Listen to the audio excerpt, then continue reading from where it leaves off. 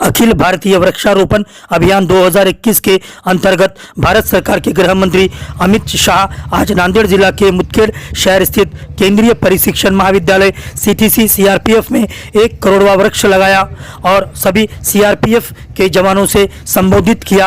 आइए देखते हैं अब्दुल रज़ाक की यह खास report.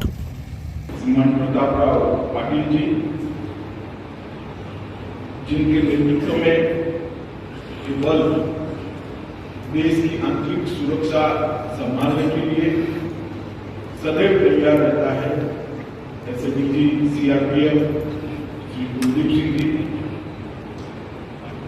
Additional DG CRPF Shri Zulfiqar Hasan ji, Shrimati Lakshmi Shukla ji और उपस्थित सभी जवान भाइयों और मेरे लिए बहुत हर्ष का विषय है कि आज हमने एक लक्ष्य तय किया था कि हमारे सभी पद इकट्ठा होकर सारे के सारे सीएम के मिलकर 1 करोड़ से ज्यादा वृक्ष लगाएंगे और उसको अपने सर से ऊपर तक ले जाने की वैज्ञानिक व्यवस्था भी करेंगे। आज मेरे लिए बहुत हर्ष का विषय है कि मेरे ही हाथों से पीपल का एक वृक्ष यहाँ पर लगाया गया है और हमारा 1 करोड़ का लक्ष्य हम पूर्ण कर रहे हैं। 1 करोड़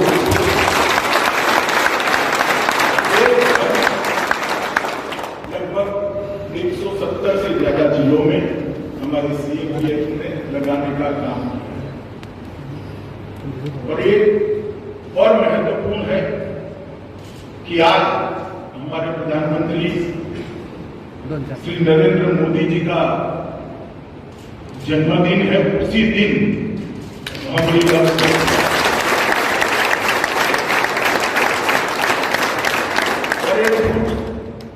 ऐसी जगह पे लगाया जा रहा है, ये मराठावाड़ा का हिस्सा है, नांदेड़, जहां गुरु गोविंद सिंह जी की स्मृति में आज उत्सव बना हुआ है। और आज जो हिस्से में हम खड़े हैं उसको आजादी का दिन भी आज का ही है, 17 सितंबर का है।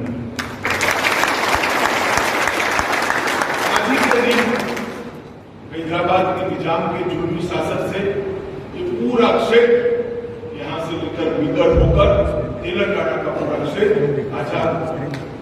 हमारे पहले गृहमंत्री लोक पुरुष भारत रत्न सरदार पटेल ने बड़ी दृढ़ता के साथ, वीरता के साथ और रणनीतिक कुशलता के साथ इनकी नापाक इरादों को नाकामयाब करते हुए ये पूरे हिस्से को अखंड भारत का हिस्सा बनाने में आज ही के दिन वो प्रख्यात पोलो ऑपरेशन,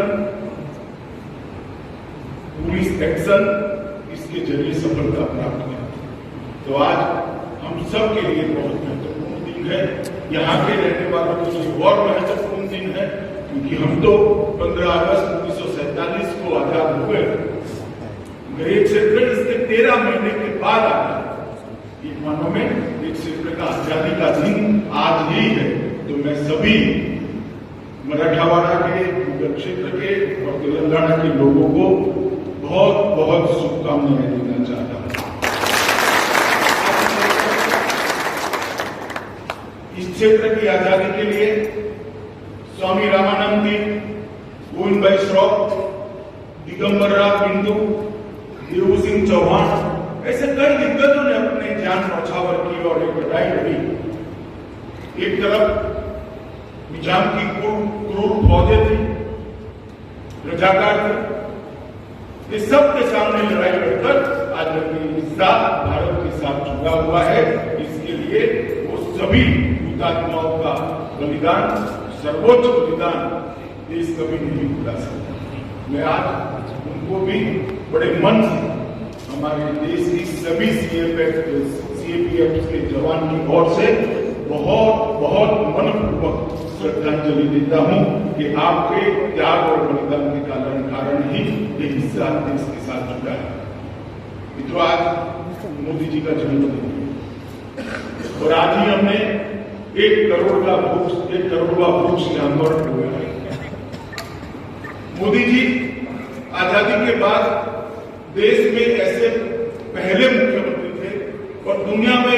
वक्त बहुत कम लोगों ने क्लाइमेट चेंज की ओर ध्यान दिया।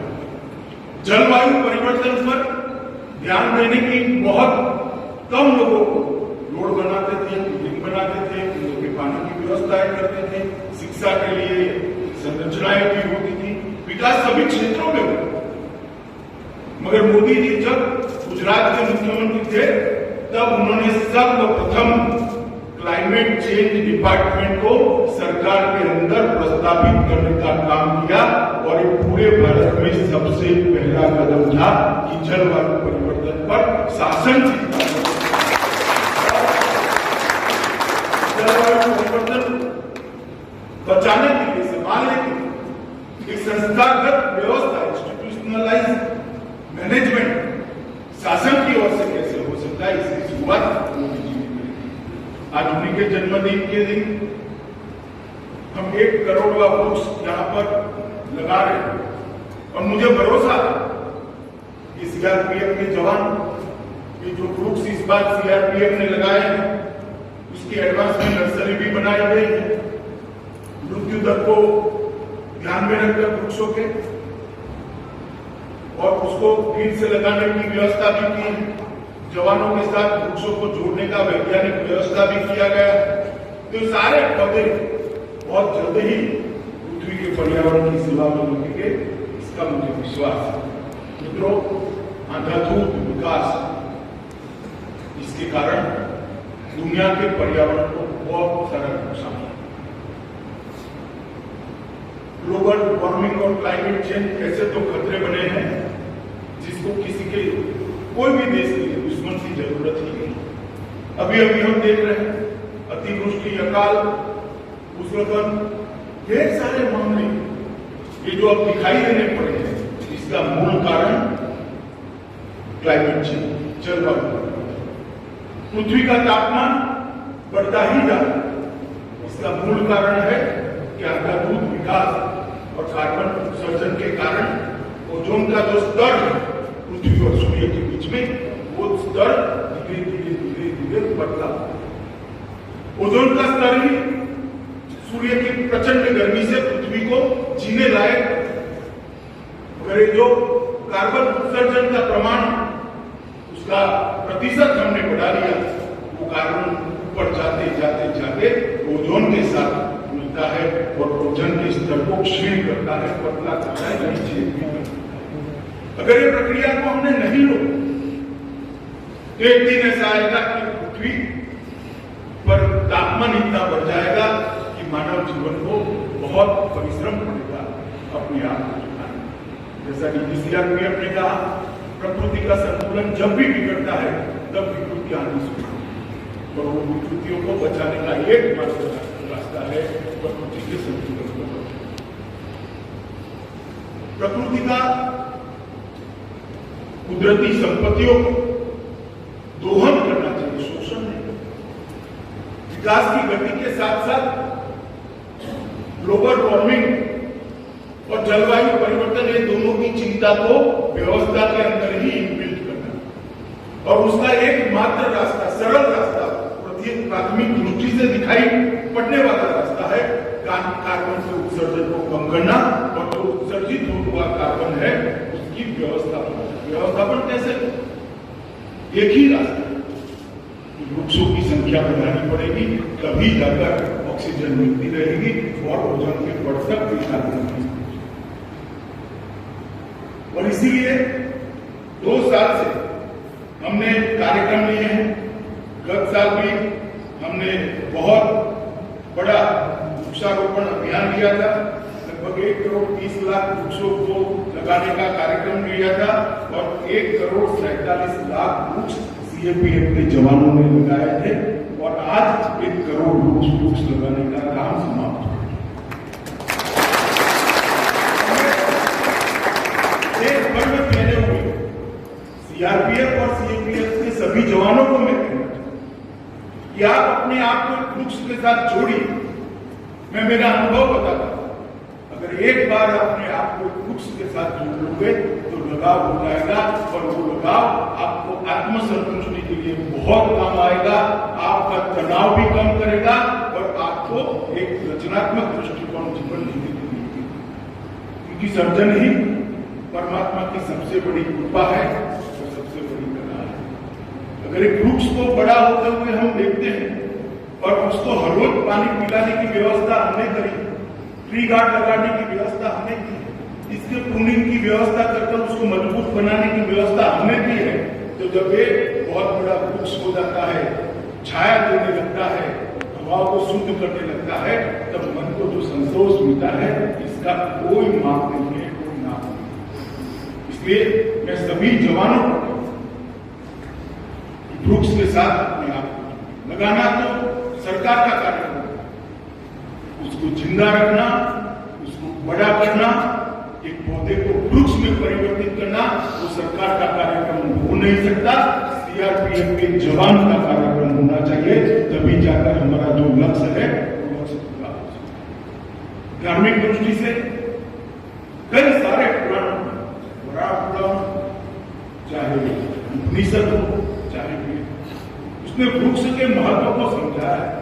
कई जगह पे कि कई सारे कुएं बनाए गए, तालाब बनाइए, इस सबसे ज्यादा फायदा एक पुत्र देता है, परंतु 10 पुत्रों से ज्यादा आपको संतोष और फायदा एक वृक्ष देता है। ये हमारे पुराणों की कही हुई थी। अभी पीपल का पौधा मेरे हाथों से यहाँ लगवाया गया। भगवत गीता में श्री कृष्ण ने कहा है कि वृक्षों में मैं पीपल हूं।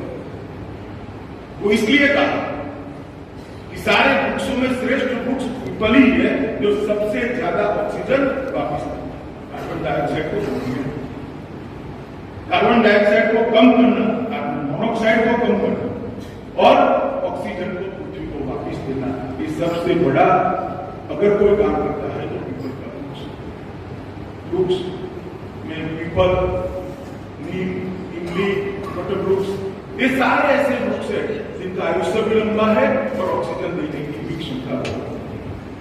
और मैं जब ये कार्यक्रम शुरू करवाया तब बहुत आग्रह से मैंने किया था कि जिसका आयुष्य बहुत लंबा है ऐसे वृक्षों को ही लगाया जाए। उनको बड़ा करने में तो दिक्कत आ सकती है, परंतु बाद में उसका फायदा पृथ्वी को, देश को बहुत बड़ा हो सकता है। और मुझे आनंद है कि इसको ढंग से मेरे सुझाव को स्वीकार भी किया गया है और लगाए गए वृक्षों से 60% से ज्यादा वृक्ष ऐसे हैं जिनका आयुष्य 100 साल से बड़ा है। मित्रों, आज मैं सीआरपीएफ के ट्रेनिंग सेंटर पे यहाँ आपको नागरिक से रक्षक बनाने का कहा, यहाँ हमको आम जन से देशभक्त सशस्त्र सेनानी बनाने का काम यहाँ, और यहीं से आप एक शिस्त के अंदर, एक डिसिप्लिन के अंदर अपने जीवन को एक नए प्रकार के खाके के अंदर ढालने की शुरुआत। आज मैं यहाँ आया हूं तब मैं इतना निश्चित कहना चाहता हूँ कि सीआरपीएफ के 2000 से ज्यादा जवानों ने जो बलिदान दिया है, इसी के कारण आज हमारा देश सुरक्षित है और इसकी आंतरिक सुरक्षा है।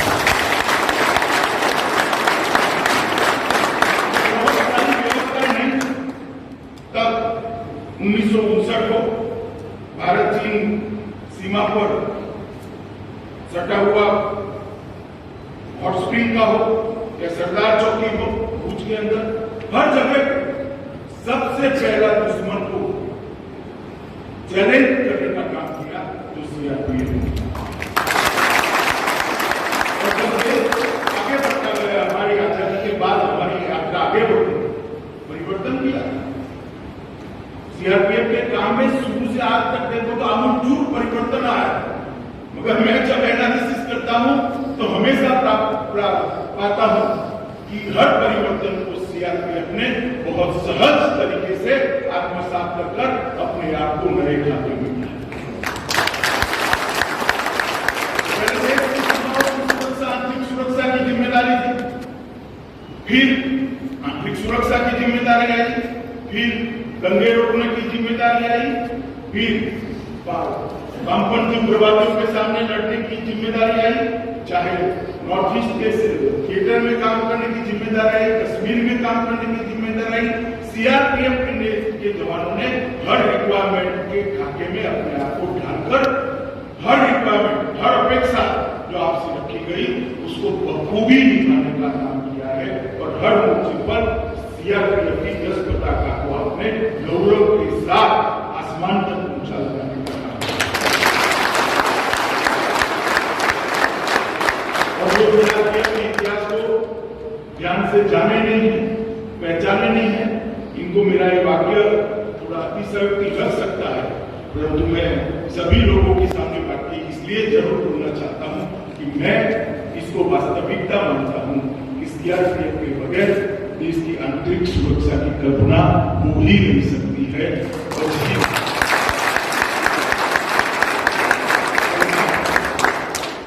लगभग 800 जवानों की ट्रेनिंग की व्यवस्था है और यहीं पर सीआरपीएफ के जवान ट्रेन होकर देश की सेवा में करते हैं। मित्रों, मैं आज आप लोगों के बीच में बड़ी लंबी बात करने नहीं आया, परंतु इतना जरूर कहता हूं, मुझे और पूरे देश